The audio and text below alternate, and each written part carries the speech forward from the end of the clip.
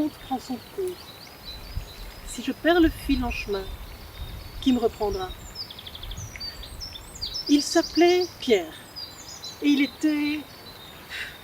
était quoi? Son métier, c'était pas un métier, c'était...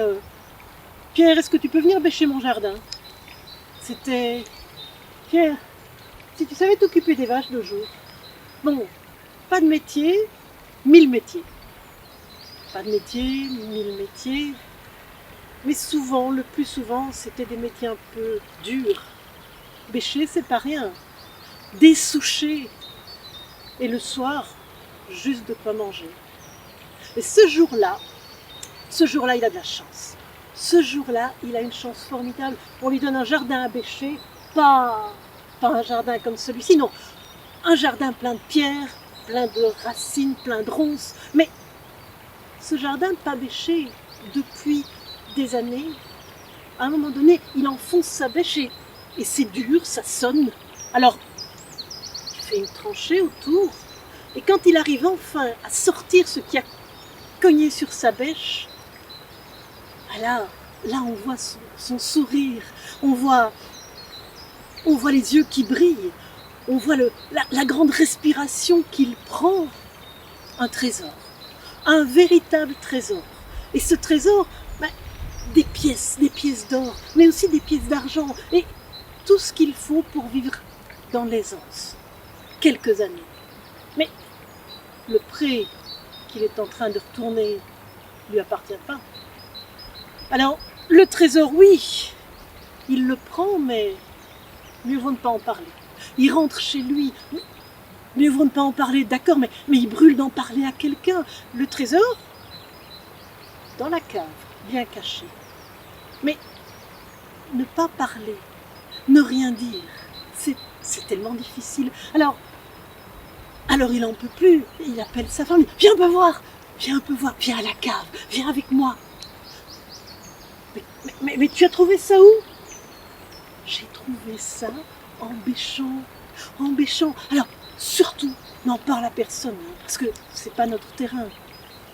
Mais si nous l'avons trouvé, eh bien, c'est que c'est à nous que c'est destiné. Et en se couchant ce soir-là, il est tranquille, heureux, jusqu'à ce qu'il s'endorme. Il s'éveille à 2h du matin. Et là, il sent qu'il a commis une erreur. Il la connaît, sa femme. C'est une femme adorable. C'est une femme de cœur, c'est une femme pleine d'amitié, qui a toujours à cœur d'aider les gens. Mais c'est une bavarde impénitente. Qu'est-ce qui lui a pris? Il le sait, même si elle ne dit pas grand-chose, même si elle met un bœuf sur sa langue, comme on dit, avant midi, tout le village sera au courant.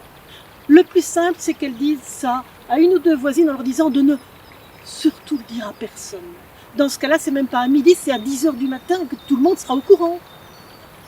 Et il est 2h du matin, il lui reste encore un peu de temps. Sa femme, à côté de lui, elle dort. Elle dort, elle est bien heureuse. Et on sent même dans son sommeil le bonheur. Et lui, il se lève. Il se lève à pas de loup et il sort. Il sort de chez lui et il regarde un peu autour de lui.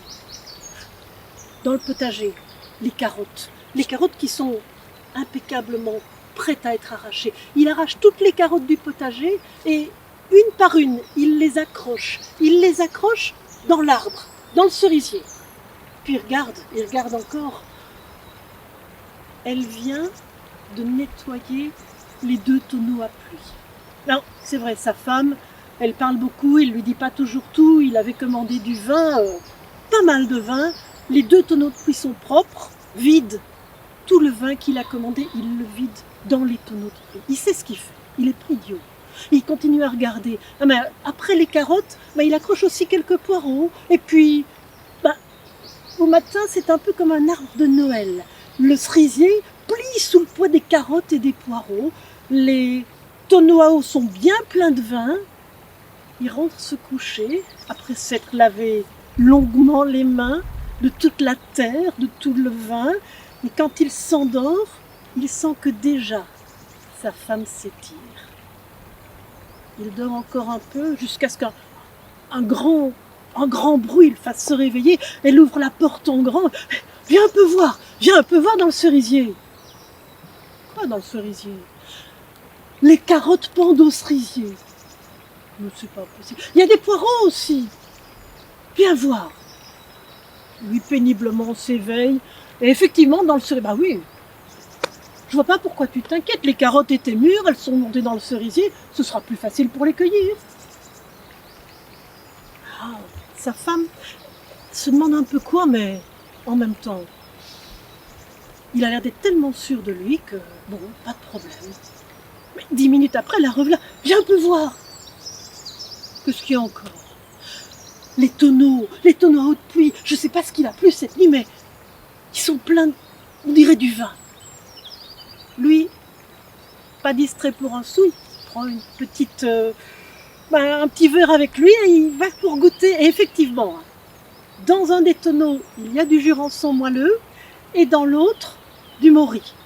Exactement ce qu'il désirait. Mais c'est pas grave, t'inquiète pas. C'est du bon vin, je vais le mettre à la cave. Elle, tout ça lui a pas fait oublier que dans la cave, il y a un trésor.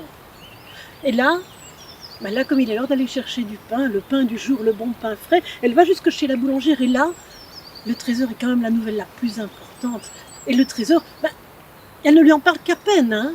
Lui, tu sais, maintenant, je vais pouvoir te payer ce qu'on doit. Il y a vraiment pas de souci. Pour l'instant, nous, on est à l'aise. Et une parole en entraînant un autre, elle lui dit tout. Elle lui raconte le trésor dans la cave, son mari qui lui a dit de ne pas en parler, mais nous, on sait tenir notre langue, n'en parle à personne surtout. N'en parle à personne surtout. 10h du matin, tout le monde est au courant. Toutes les voisines viennent pour boire le café, disent-elles. Et toutes les voisines disent il paraît que tu as repeint ta cave. Toutes les voisines vont voir. Et après 3 jours, les voisines en ont parlé à leur mari. Il faut plus de temps pour que les histoires passent aux hommes. Et puis, quelques jours après, c'est le seigneur du château. Le seigneur du château qui convoque Pierre et qui dit « Mais enfin, il paraît que tu as trouvé un trésor et c'est sur le territoire de la commune. » Un trésor, moi? Non. Mais ta femme en parle partout. Arrête un peu. Tu as trouvé un trésor, ta femme en a parlé à tout le monde. Seigneur, je suis très embêtée de vous dire ça. Ma femme est quelqu'un de bien, mais elle a quelques petites failles. C'est une femme que j'aime. Je l'aime tendrement, mais elle est un peu bête. C'est dommage, mais elle rêve des choses et puis elle croit que c'est arrivé. C'est ça. Je vais la faire convoquer, ta femme. Et elle va nous dire quoi. Et la femme est convoquée. Ah là, devant le Seigneur, elle se sent toute petite. Et le Seigneur la regarde de haut. Alors, tu racontes à tout le monde que ton mari a trouvé un trésor. Oui, je suis désolée, je savais que je ne devais pas le dire, mais... Seigneur, avant de poser une question à la femme, demandez-lui quel jour on a trouvé un trésor. Le Seigneur se retourne vers la femme. Dis-moi quel jour on a trouvé ce trésor et quel jour ton mari l'a rapporté.